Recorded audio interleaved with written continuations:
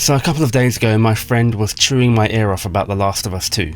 Personally, I've always been a fan of that kind of a zombie. I love the science behind them and how they're quite different. And this got us talking about what that world would be like outside of that immediate area. So in the United Kingdom, what would things look like in that world? We talked about it some more in depth, like you do when you're fans of things with your friends. Discussion basically boiled down to how cool would it be if they did a game set in the United Kingdom, which then led me down a rabbit hole of making my own concept for what that might look like. And then as I was pulling it together, I needed some inspiration, some references for what a post-apocalyptic London would look like. And there we have it. What better example is there than 28 Days Later, a movie that came out in 2002. I watched it a long time ago. I don't think I went to see it at the cinema because I think I was just on the cusp of being 18. So from what I recall, I watched it at my friend's house on a DVD, which doesn't really do justice to the movie, which is another good reason to rewatch it. Also, I do really enjoy the idea of rewatching things now I'm older that I watched when I was a teenager, because I think you just have such a different appreciation for them. I was a stupid teenager is what I'm trying to say. Not that I didn't enjoy the movie back then, but I think you just pick up on so much more subtlety and nuance and symbolism when you're older. This was actually the first Danny Boyle movie I ever saw. I didn't really know about him back then, but I have since gone on to watch a few Danny Boyle movies, and I can't say I've not enjoyed any of them. So just to say beforehand, I'm not a movie reviewer or anything like that. I'm just a regular person who's rewatching it 18 years after they saw it originally. So I rewatched the movie last night, and I'm gonna probably just go scene by scene throughout the movie, talk about each one. So yeah, not much of a movie review, just me going through scene by scene, just analysing what I liked about each one, and I guess that's it for the intro. We'll start the movie with an interesting montage of global chaos, rioting, violence, and a really interesting backing track where the screaming kind of blends into the music, really sets the scene for the whole movie. Then we see our caged chimpanzees everywhere in the laboratory. Some activists break into the laboratory and free the chimpanzees against the wishes of the scientist, basically dooming the entire human race to the rage virus. What was interesting to note here is just how quickly the people turn. One of the activists gets attacked by the chimpanzee, and within seconds she's vomiting, she vomits on someone else, and then seemingly within the space of a minute everything goes to hell. They're already filled with rage, and that's where we start the movie. We get the shot of a naked Cillian Murphy on a hospital bed. So what's interesting to note is when I edited the movie for this video, essentially watching it for a third time, I began to notice more aesthetic themes within the movie. So for example, this shot where he's lying on the bed is very reminiscent of the previous scene where the chimpanzee is lying on the lab bed. So another thing to note is just how dead silent this scene is compared to the previous one, which was just really loud and chaotic. Even the colours, in the previous scene it was obviously very dark, red lights. This scene is just incredibly bright, lots of bloom, a very cool colour set. This is the opening that didn't inspired The Walking Dead's opening. I actually also remember a movie I watched a few years ago called The Quiet Earth from, I think it was from the 70s, which had a very similar opening. Someone waking up naked from, I think it was a coma or a coma-like state. That was also a kind of end-of-world movie, so I'd be interested to see if they took anything from that. We then get those absolutely iconic shots of Cillian Murphy's character Jim walking around an abandoned London. It really is amazing that they managed to achieve all of this footage on what was a very small budget movie. Do you know that the movie was filmed on, I think it was a DV camera, something very amateurish, hence why so many of the shots are blurry or grainy. Even on the Blu-ray version, there's not much difference. And on the one hand, I can understand that it adds to that amateurish Survivor kind of effect, kind of adds to the grit of the situation. But in these early shots, and there are so many shots throughout the movie where I just think, it's such a shame that I can't watch these amazing pieces of filmography in crispy high definition. I just think the shots of him walking around the abandoned London would look so great in high definition. During the big wide shots where you could see a lot of the buildings and the landscape of London, I kept catching myself trying to look for movement anywhere. like a person, a car, anything. Because it is just so unbelievable that they managed to catch all these shots where there's just no one. Even if they went early in the morning, you would always expect someone to be visible somewhere. So I think what they achieved with those shots is really quite phenomenal, really. Another thing I noticed is that there's just rubbish and crap everywhere on the streets. I'm not sure if they put some of that there, their own prop department, or if that was just lying around there already. I know London and lots of big cities get this kind of bad rap of being really messy and dirty, but I don't recall ever seeing a London street that messy. Maybe back in 2002 they didn't have as many road cleaners, I don't know. Another small detail I loved is when he was walking around and he goes to a staircase and he finds money.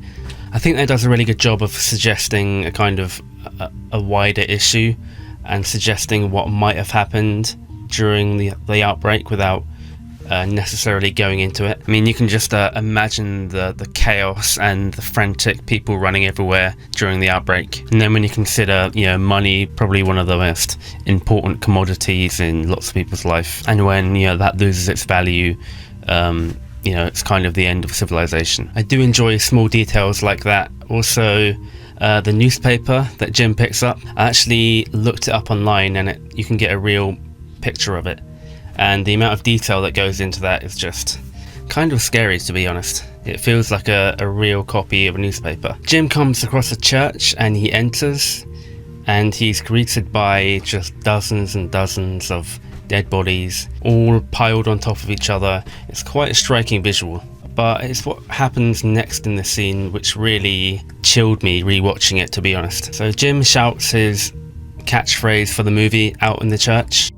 Hello? And then in response to that, out of the bodies, these two heads pop up, almost animalistic. I think this is a great scene to show a really scary moment without necessarily having, a jump scare. Because I found the scene terrifying and chilling. Just the way they bolt upright, turn around to stare at him, and there's just complete silence. I don't know if I can quite explain it properly. It's just, you imagine, walking into a room of dead bodies and all of a sudden two of them spring up. Yeah, terrifying. Just a really tense moment, and really well done. Jim then smashes a priest in the head with a plastic bag full of Coke cans. I think we've all done that at some point in our lives. So after Jim finds our two new characters, there's a really nicely done tender moment where Jim finds his parents in bed. Very grisly scene, tragic. They leave him a note saying they're gonna see him again, but of course now he's living and they're dead. Mark gets a nasty looking cut. His blood is all over the place, so Selena hacks him to death. So we see that Selena is just all business, no messing around. So Jim and Selena carry on, just the two of them, and they come across this tower block with Christmas lights flashing on the balcony. I'll try not to gush about the visuals too much, but I really liked the look of the scene, just that one balcony shining amongst all the others. We then get introduced to Frank. He's a big scary man, but he's also a kind man, and he lives with his daughter Hannah. Not to badmouth the actress, but she's definitely sticks out of the four of them. Her lines just sound a little bit strange, and the accent, I have no idea where the accent is from. It's almost like she's Dutch and trying to speak English. I don't know. And we'll never be safe in the cities. The soldiers could keep us safe. We get a great shot of the roof with all of these colourful buckets. Just the sheer amount of them and the angle that this is shot at, where you can kind of see down into London, the streets of London. And just the contrast of the colours, it's a really nice shot. Another one I would like to see in high definition. Frank tells Jim that these are to collect rainwater, which is a pretty good idea, but I couldn't help noticing that Frank had some laundry buckets in amongst all the others. Not quite sure what he's hoping to get from that. I really love the camera angle when they're all on the balcony, and it's kind of half them and just half the skyline. Just framed really nicely, and they decide to go and check out a radio message from the army that claims to have the answer to infection. We have the four of them travelling across the land. This is where we get our really iconic, beautiful piece of music. And we get to see a little bit more of the outside world and what's happening in it. Selena wants to stop off at a budgeon store, which does kind of date this movie. I think this did a good job of showing that Selena and the gang wanted to just do something normal, like go shopping.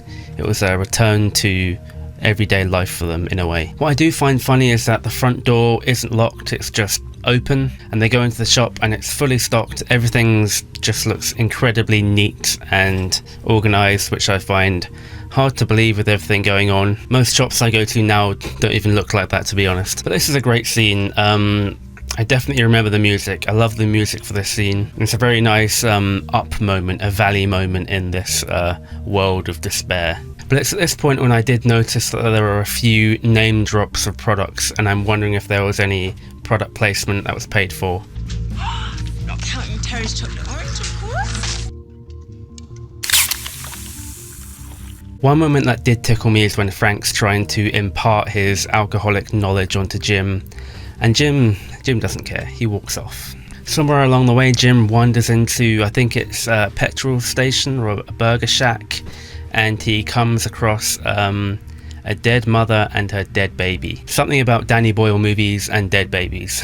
That and diving into toilets, he seems to have a thing for that. Jim is put in a position where he has to kill a rage-infected child. It was pretty brave of this movie to have a child being essentially battered to death with a baseball bat, regardless of whether they're infected. A lot of movies would probably shy away from that. What made this scene even more chilling is that for the first time, and I don't think it's mentioned again, the child can speak, even though he's rage infected.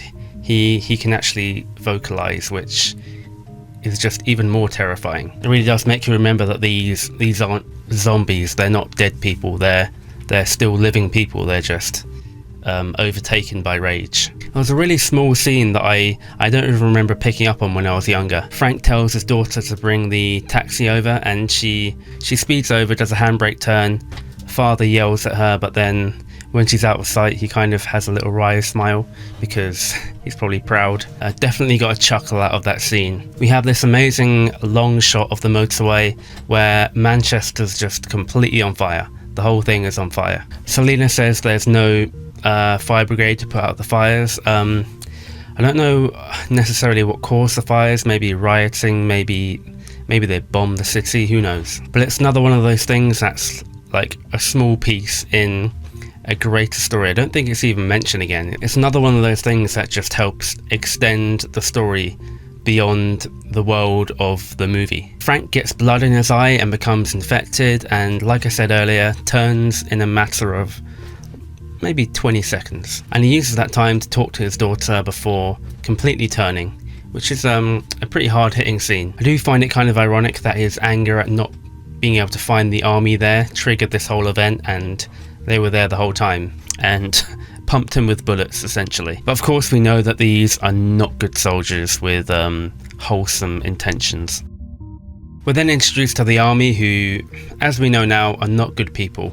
Christopher Eccleston's character, the Major, says some suspicious things about having no future, etc, etc. This of course is his justification for what he plans to do. The whole women repopulation thing, quite a common thing in apocalypse scenarios. I'm sure there's all kinds of lessons here about people following orders, being led to be evil, all of that kind of stuff. Seemingly the one good soldier, the sergeant, who is against these plans. Him and Jim end up tied to radiators when everything hits the fan. The sergeant begins saying something very interesting here about how it's only the United Kingdom that has this virus, which would make sense as that's where it originated from, and about how the United Kingdom has been quarantined and how this can be fixed. And the Major is just on a power trip. He's gone crazy. Once again, laying the seeds for just a bigger world beyond the movie. One particular soldier does a really good job of being a real shithead. He definitely does a good job of making you hate him. When Jim's taken to be executed, we see a mass grave of people. It's not quite clear who they are, whether these are people the soldiers have just executed, but there is a nice scene where Jim plays dead amongst them to hide from the soldiers. That could be an analogy for him killing his morality for the time being, for what he's about to do, or maybe not. maybe I'm going too far there. So as I was editing the movie, I saw a shot of Jim jumping off the wall, and it kind of jogged something in my mind. Almost like I'd seen it before. Then I remembered back to the first Trainspotting movie, and it's pretty much a recreation of the Renton jump, I think. Very similar anyway. And there's a scene where he's lying on the ground looking up at the sky through the trees, and he sees a plane flying past, which for some reason when I remembered it, I remembered that as the end of the movie. I have no idea why. It's a really simple scene, but just that visual alone proves that life is going on elsewhere, or there are other people elsewhere with the means to do stuff. And the lack of future and lack of hope that the Major was talking about, right there, Jim saw the future. So this is the beginning of Jim's Rambo phase. Goes guerrilla warfare on all the soldiers. One interesting thing is that 2 infected killed a soldier without infecting him, which I thought was quite refreshing. Now I know these aren't zombies, but using that logic, one thing I never quite understood is how, if zombies eat people, then how there are still so many zombies around. Are they just taking one bite out of people? Or surely if they're eating people, there should be less people to become zombies, if that makes any sense. But what I mean is, it's nice that these rage infected people actually killed someone, which is what you would imagine would happen. Sometime after this, we get the infamous eye gouge scene. And what's great about this is that the guy definitely deserved it. He had it coming. That was a good payment for his character, I think. And of course, in his primal rage, Selena thinks that he's infected because, to be fair, he's moving like one, he's acting like one. I'm sure there's some psychoanalysis I could put in here about the rage of humankind and violence against other humans, us being our own enemy, but I think I'll leave that to someone who is actually a psychologist or a movie reviewer. The Major finally gets his comeuppance, being killed by the pet infected he was keeping, the one who he ironically said he hoped would teach him something.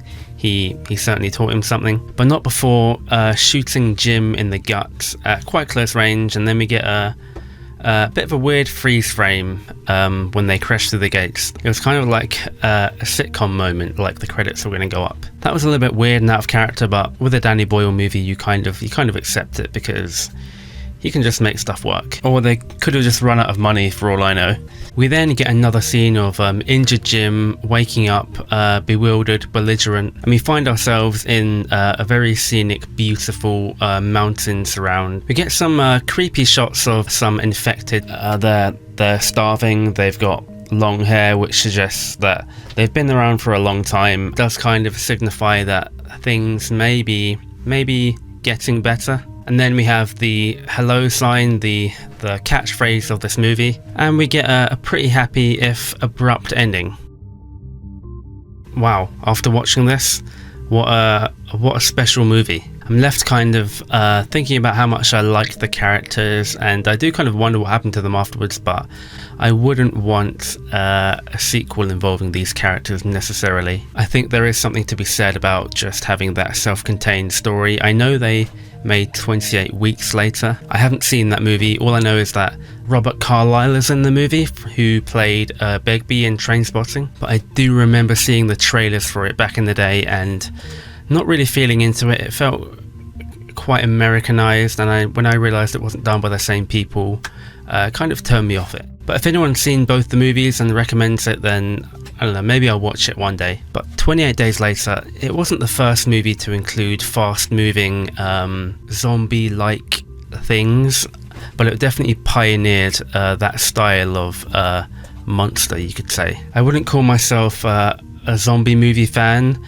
but I love this movie. I really do think there's something to be said about a movie like this being set in such familiar environments. It does feel like so much of our lives is Americanized, especially in the movie industry. So when you watch something like this and you can see London, Budgeons, those crappy tower blocks that you might have lived in or been to a friend's house in, there is something very familiar about that, and all the visions of London that just give this a whole other element of terrifyingness.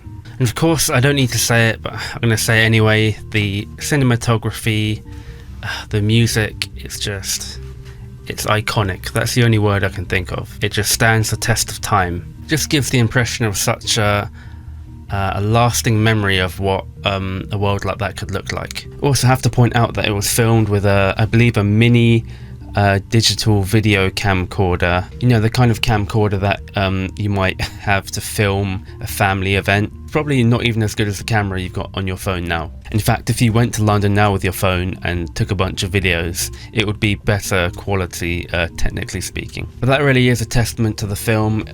It just goes to show it doesn't matter what you use necessarily, it's how it's shot. And not only that, it was a financial success too. I think the amount of money that it took was 10 times the amount of the budget. And it's absolutely inspiring that they made this movie with such little equipment. On the other hand, it's kind of depressing because it's like, what have you done with your life kind of thing. Like I said, I made this video because I was watching it for research, and I'm really glad I came back to it after all that time. It's definitely one of those movies that you can watch every so often. Maybe not 18 years, but maybe in about 5 years I'll come back to revisit it. I liked it enough to make a video about it, a whole video. I haven't done that for a movie yet. Like I say, I'm not a movie reviewer, but it was good to get all these thoughts compiled into one thing. And I suppose all I have to say now is hello.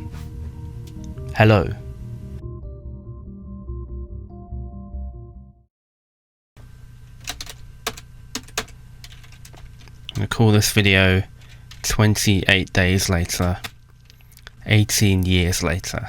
Could just wait for another 10 years and call it 28 days later, 28 years later. But I'm not that patient.